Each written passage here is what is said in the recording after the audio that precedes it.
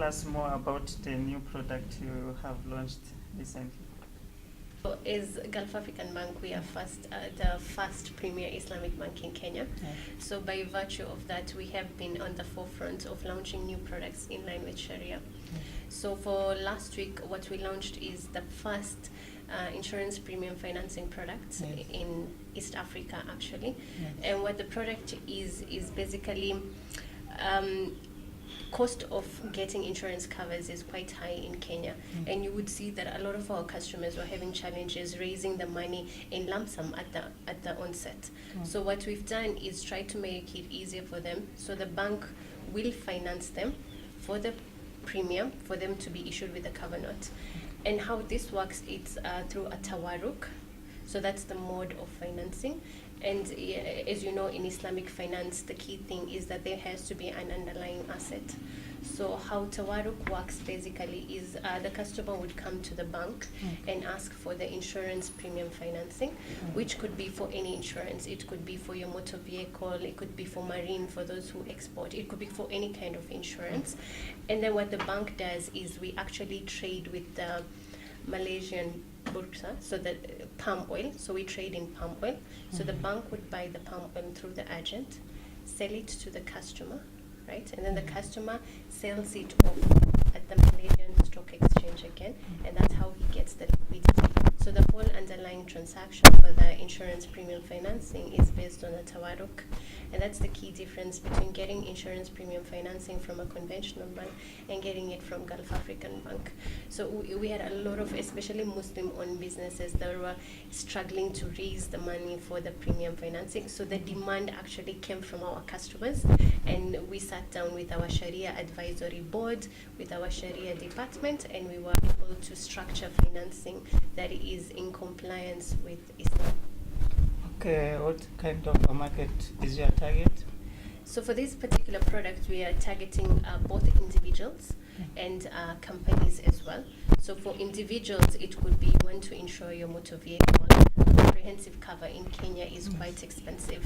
For businesses, it could be you want to cover the stock in your shop, you want to cover the trucks that you have on the road. So it covers for both individuals and business as well. Collaborate between the Islamic banking and the conventional banks. So Islamic banking and conventional is very different. So several distinctions between the two. I'll just mention a few. So the biggest difference, first of all, is that in Islamic finance there must be an underlying asset. In every transaction it must be asset backed. Because in Islam we don't do money for money. That is what brings the element of riba. So I can't give you 1,000 and tell you by virtue you're paying me at a later date that you'll pay me 1,000 plus 1.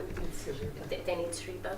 But we all know that in Islam trade is permissible. Not just permissible, it's really encouraged. Since the time of the Prophet sallallahu alaihi wasallam, he encouraged trade.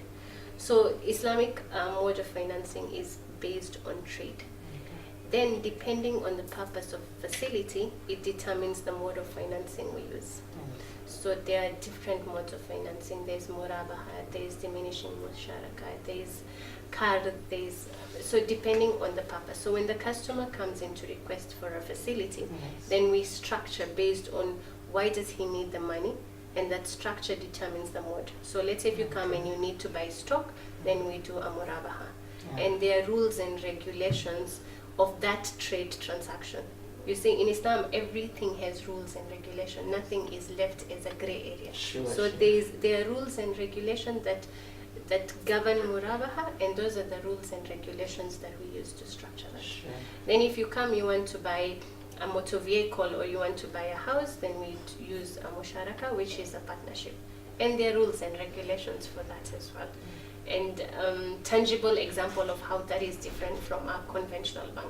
So let's say, for example, we bought for you a house. So a customer comes in and says, I need to buy a house.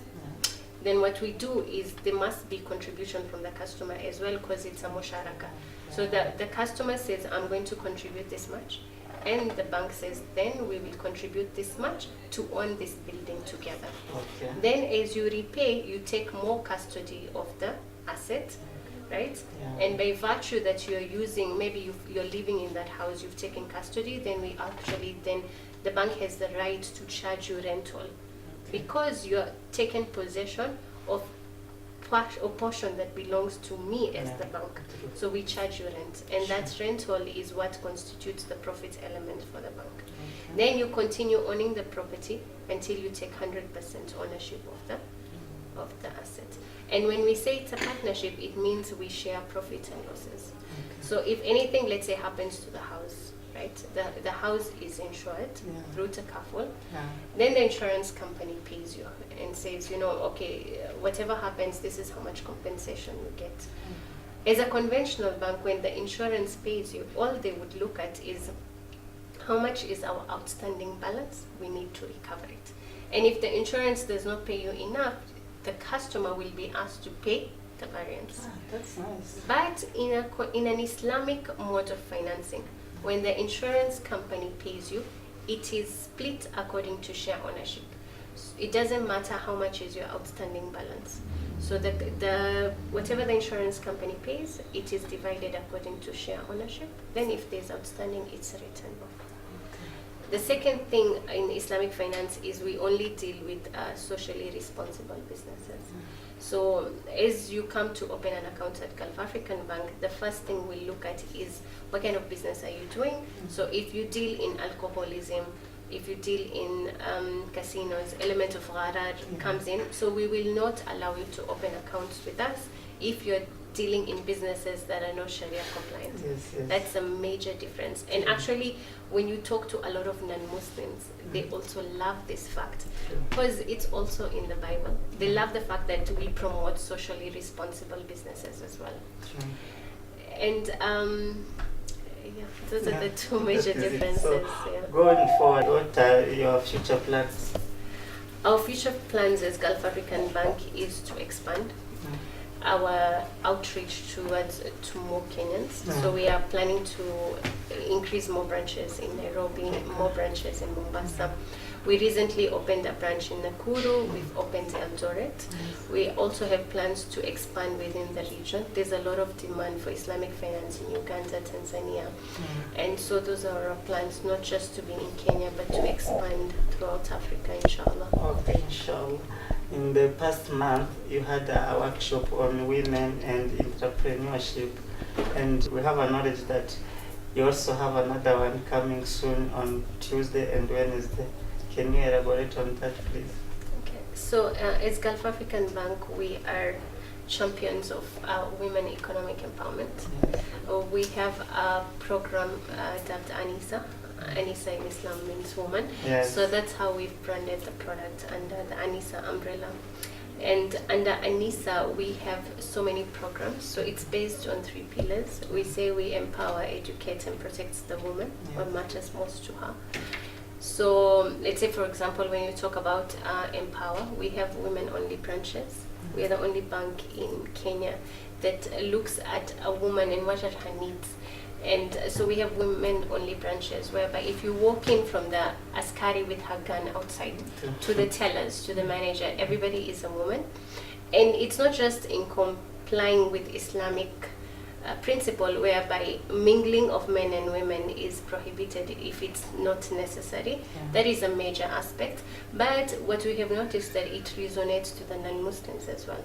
A lot of women love to have a space where they can interact with other women and feel free and feel, at liberty. And a lot of women, regardless of their faith, don't really like to queue and you're sandwiched between men. It's really uncomfortable. So those are the things we look at, and it resonates to women.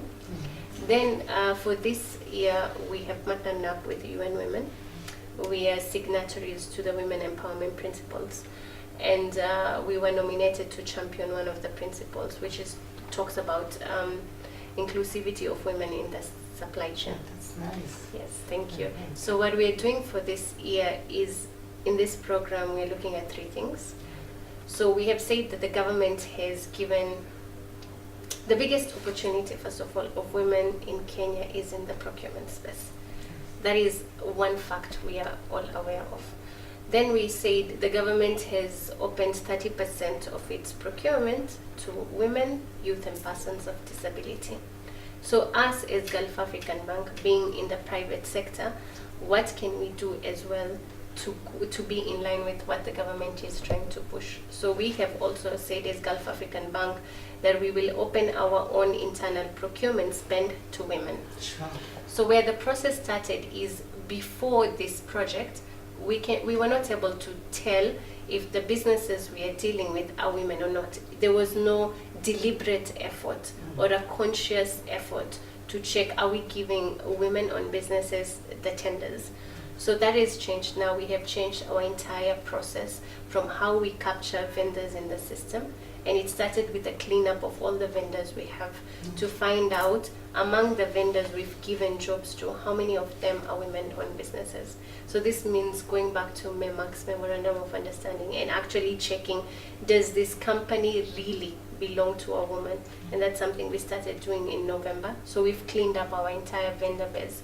And we know now that, of course, the statistics is not good, but it's where we are headed that is important. So when we did our first workshop in Mombasa, we actually committed that by end of this year, we will move it from 4% to 20%. So that's the first big project we are working on. Secondly is, we said if we are going to educate the women that the biggest opportunity is in procurement, a major hindrance then comes in when the women want to access financing to deliver the LPOs. So you've gotten your LPO. You need funds for you to be able to deliver whatever order you've been given, whatever contract is you've been given. So we said as Gulf African Bank, we want to be the go-to bank for women. But then again, when you look at women in Kenya, a major hindrance we have is that women don't have access to collateral. I mean, if you look at the FIDA statistics of 2009, it shows that among all the registered land in Kenya, only 1% is to women. So meaning women don't have tangible collateral. How do we then ensure that they're able to access financing? So what we've done is launched unsecured financing for the women to ensure that they're able to access financing.